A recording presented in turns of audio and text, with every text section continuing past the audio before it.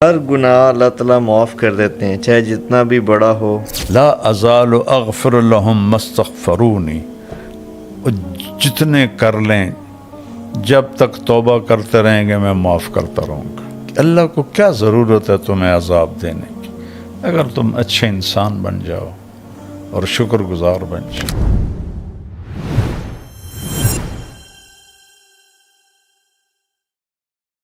اچھا، یہ اگلا سوال ہے بابا کہ یہ بھی ایک بہن ہے، احمد نام ہے ان کا، یہ کہتی ہیں کہ ہر گناہ اللہ تعالیٰ معاف کر دیتے ہیں، چاہے جتنا بھی بڑا ہو، یا آپ سے سنیں کہ گناہ جتنا بھی بڑا ہو یا چھوٹا ہو اللہ تعالیٰ ہر گناہ معاف کر دیتے ہیں۔ پرسنلی پوچھنا چاہ رہی ہوں کہ مولانا یہ بات ٹھیک ہے کہ واقعی اللہ ہر گناہ معاف کر دیتے ہیں، کہ اللہ اتنے کریم ہیں؟ قرآن شروع ہوتا ہے بسم اللہ الرحمن الرحیم، پہلی آیت میں اللہ تسلی دے رہا ہے سبحان اللہ، میں رحمان ہوں رحیم، پھر ریپیٹ کرتا ہے،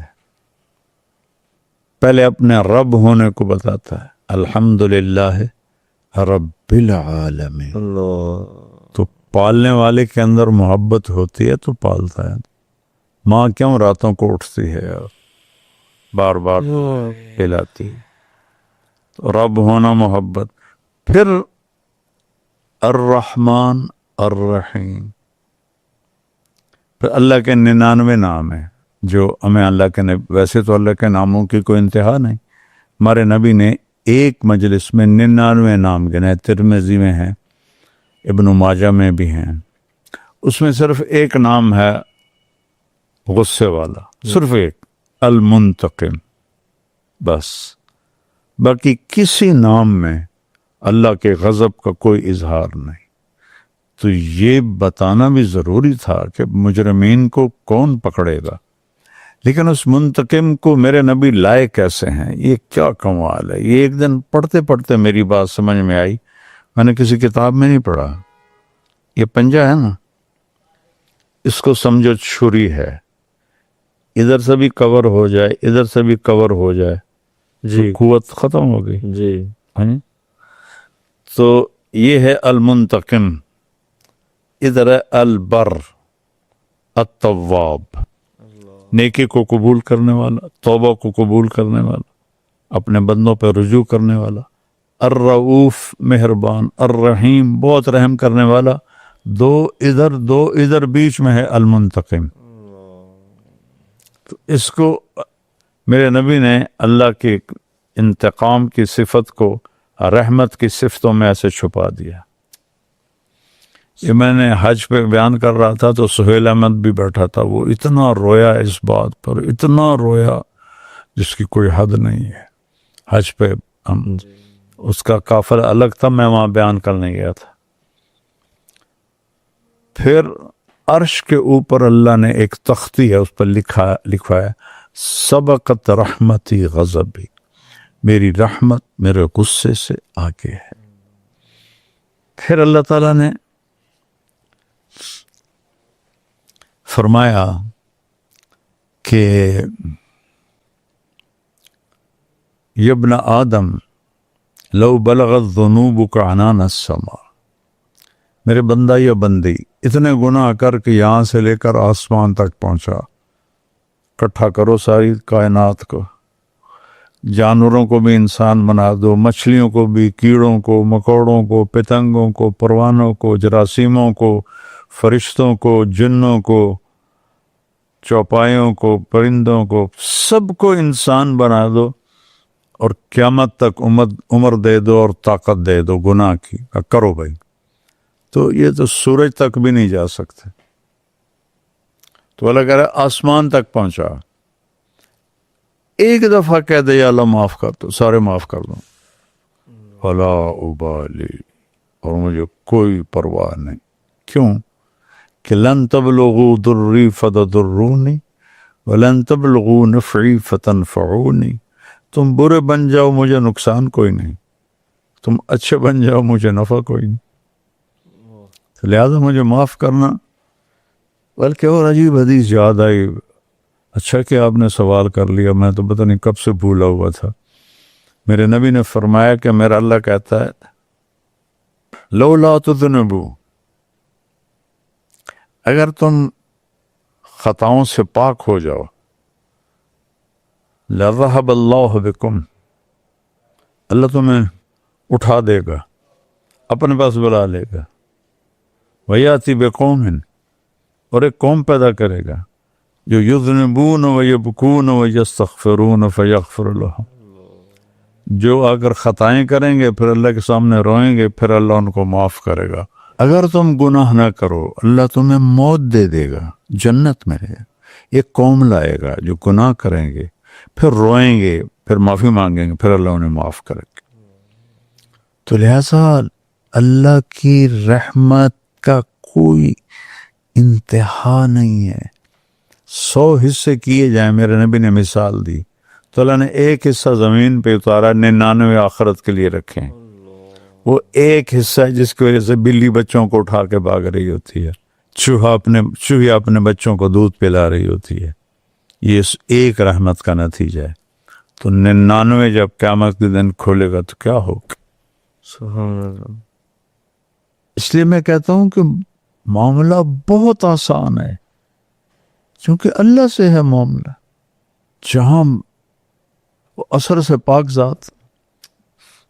باپ بیٹے میں مقدمے بازیاں چل رہی ہیں عدالتوں میں، دیکھو جی سگے بھائیوں میں چل رہی ہیں، دیکھو چونکہ اثر ہوتا ہے۔ تو میرا اللہ اثر سے پاک ہے۔ کہا شیطان نے جب نکالا نا تو نے کہا فَبِمَا أَغْوَيْتَنِي لَأُزَيِّنَنَّ لَهُمْ فِي الْأَرْضِ وَلَأُغْوِيَنَّهُمْ أَجْمَعِينَ، مجھے تو نکالا نا تو نے، ایسی دنیا خوبصورت کر کے دکھاؤں گا کہ سب کو گمراہ کر دوں گا۔ تو اللہ تعالیٰ نے فرمایا کہ لا ازال اغفر لهم ما استغفرونی، اور جتنے کر لیں جب تک توبہ کرتے رہیں گے میں معاف کرتا رہوں گا۔ اللہ، ہمیں تو اپنے رب کا پتہ ہی کوئی نہیں ہے، کتنا کریم ہے۔ تو ایک دفعہ یا اللہ کہتے ہو 70 دفعہ جواب آتا ہے لبیک یا عبدی۔ کوئی ماں میں طاقت ہے کہ وہ بیٹا پکارے تو ماں کہے لبیک لبیک لبیک یا بنیہ؟ وہ ایک دفعہ کہو یا اللہ تو آسمان گونج اٹھتا ہے لبیک لبیک لبیک یا عبدی۔ ایک بدو آیا، یا رسول اللہ قیامت کے دن حساب کون لے گا؟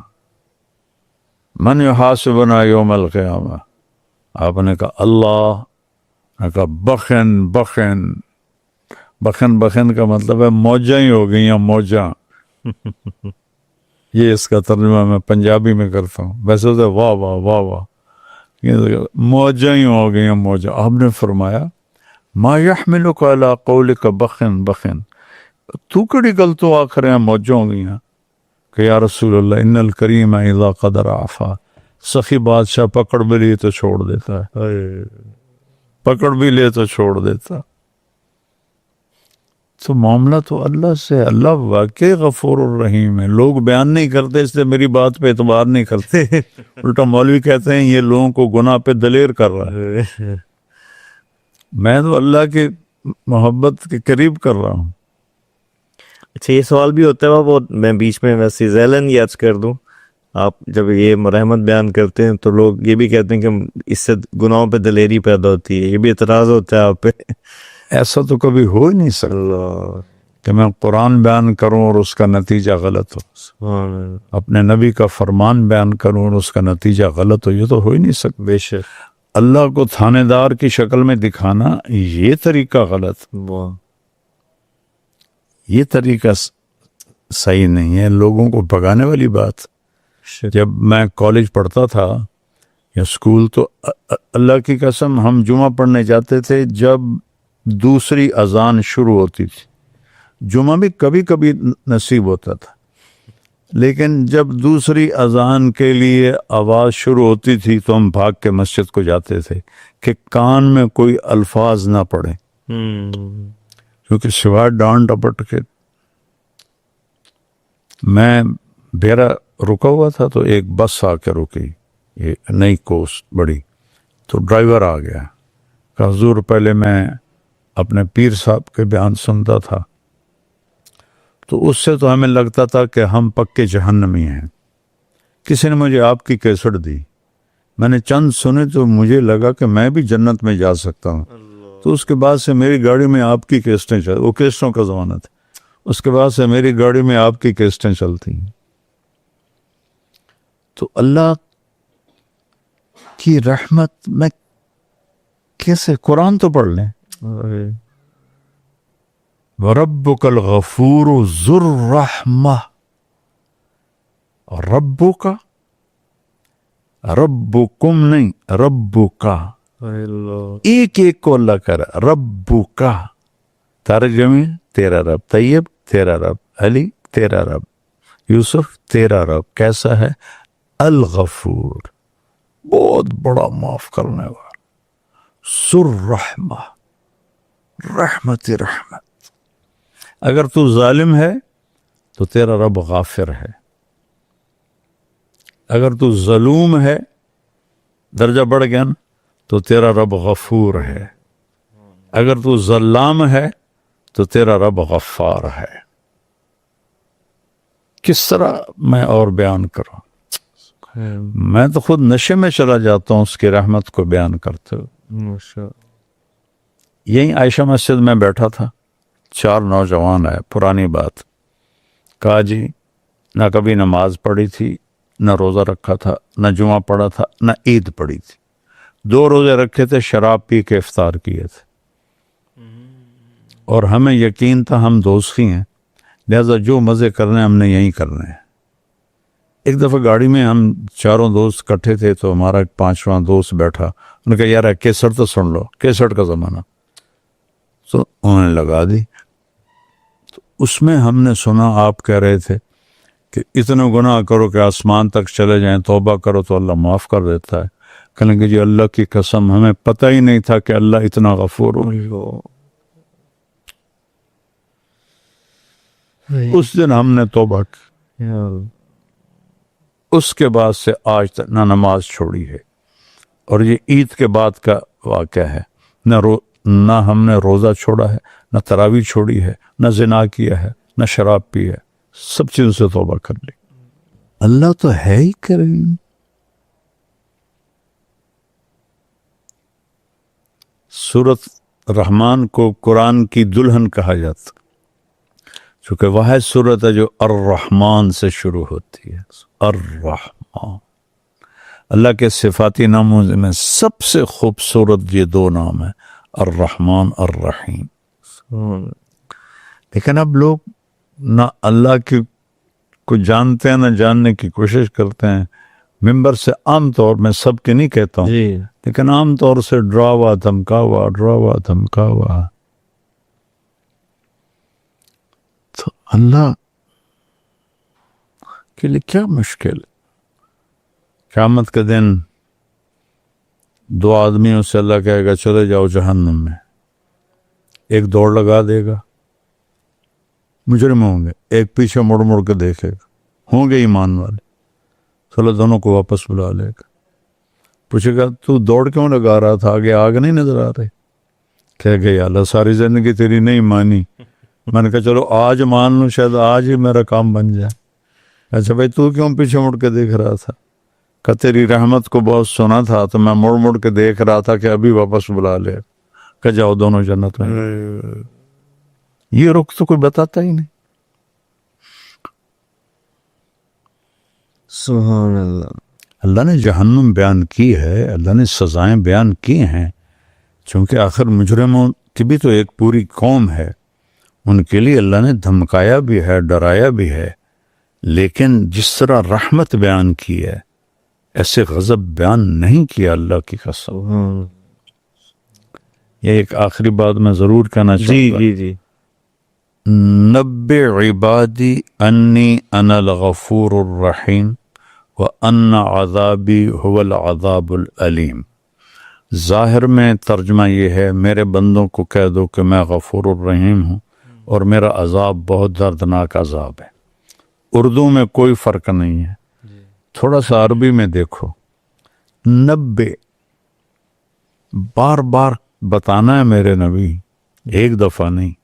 90 باب تفعیل ہے جس میں تکرار ہوتا ہے. جی بار بار بتاؤ. انی، میں، یا متکلم، جی انا ضمیر متکلم، میں بذات خود، یقیناً میں بذات خود الغفور ہوں الرحیم ہوں. ٹھیک ہو. اب عذاب بتانے لگے ہیں. یہاں 90 نہیں آیا، اس کو اس کے تابع کیا ہے. وَأَنَّ عَذَابِي، انی اور ان عذابی، اور میرا عذاب، میں نہیں، میرا عذاب. مضاف مضاف الیہ ایک نہیں ہوتا. کتابی، قلمی، سیارتی، میری گاڑی، میرا قلم، میری کتاب. کتاب اور ہے، طارق جمیل اور ہے. گاڑی اور ہے، طارق جمیل اور ہے. تو مضاف مضاف الیہ ایک نہیں ہوتے، جدا ہوتے ہیں. تو عذابی، میں اور ہوں، میرا عذاب اور ہے. اللہ. اللہ نے کہیں معذب کہا ہے کہ میں معذب ہوں؟ غفور تو کہا. اور کتنی خوبصورت یہ ظالم ہے تو غافر کی صفت آئے گی، ظلوم اس سے زیادہ تو غفور اس سے زیادہ، ظلام اس سے زیادہ تو غفار اس سے زیادہ. تو ان عذابی، اور میرا عذاب. عذاب اور اپنے آپ کو جدا کر دیا. پھر ہوا، غائب کر دیا. انا سامنے، غائب اور حاضر کا فرق ہوتا ہے کہ نہیں ہوتا؟ بے شک. ہوا، او عذاب، وہ عذاب علیم ہے، میں نہیں ہوں. یہ رحمت اور غضب کو اس نے یہاں بیان کیا. تو اب چونکہ وہ گہرائی سے قرآن کا مطالعہ نہیں ہے تو ماحول بن گیا ہے ڈرانے دھمکانے کا.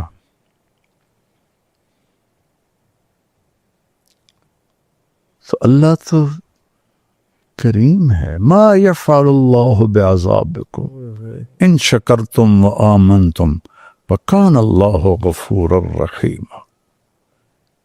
اللہ کو کیا ضرورت ہے تمہیں عذاب دینے کی اگر تم اچھے انسان بن جاؤ اور شکر گزار بن جاؤ.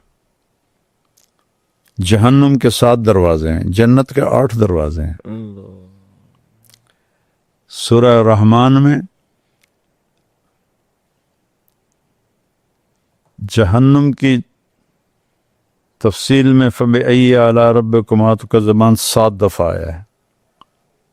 7 دروازے ہیں. جنت الفردوس کے بیان میں فَبِأَيِّ آلَاءِ رَبِّكُمَا تُكَذِّبَانِ 8 دفعہ آیا ہے. جنت کو اللہ نے بڑا بنایا ہے، دوزخ کو چھوٹا بنایا ہے، اور پھر کتنوں کو معاف کر کے نکال کے جنت میں ڈالے گا جو ایمان والے ہیں. تو اللہ بہت، جیسا گمان کرو گے ویسا وہ تمہارے ساتھ گمان کرے. کتنی مجھے اداکارائیں اور ایروسسیں اور اس طرح قسم کے غفلت میں ڈوبی عورتیں مرد. خیر جی مولانا آپ کے بیان سن کر ہمیں بھی جنت کی امید لگ گئی. تو اللہ کو بولنے کا تو اللہ نے سب سے پہلے یہ مجھ سے یہ بات شروع کروائی. لیکن نبی کی تعریف، اہل بیت کی، سب یہ پورا ایک نسخہ ہے. اس کو اللہ نے مجھے مکمل بیان کرنے کی توفیق نصیب فرمائی. یا بزرگوں کے جھوٹے سچے واقعات سناتے رہتے ہیں، چونکہ آج کا جتنے بھی یہ اولیاء کرام کر کتابیں ہیں جی بے سند ہیں. کس کی سند؟ کوئی نہیں. تو سند کے بغیر تو کوئی چیز بھی معتبر نہیں، یا ان سے متاثر کرتے رہتے ہیں. اللہ اس کے رسول سے دل جڑے گی، اصل بات.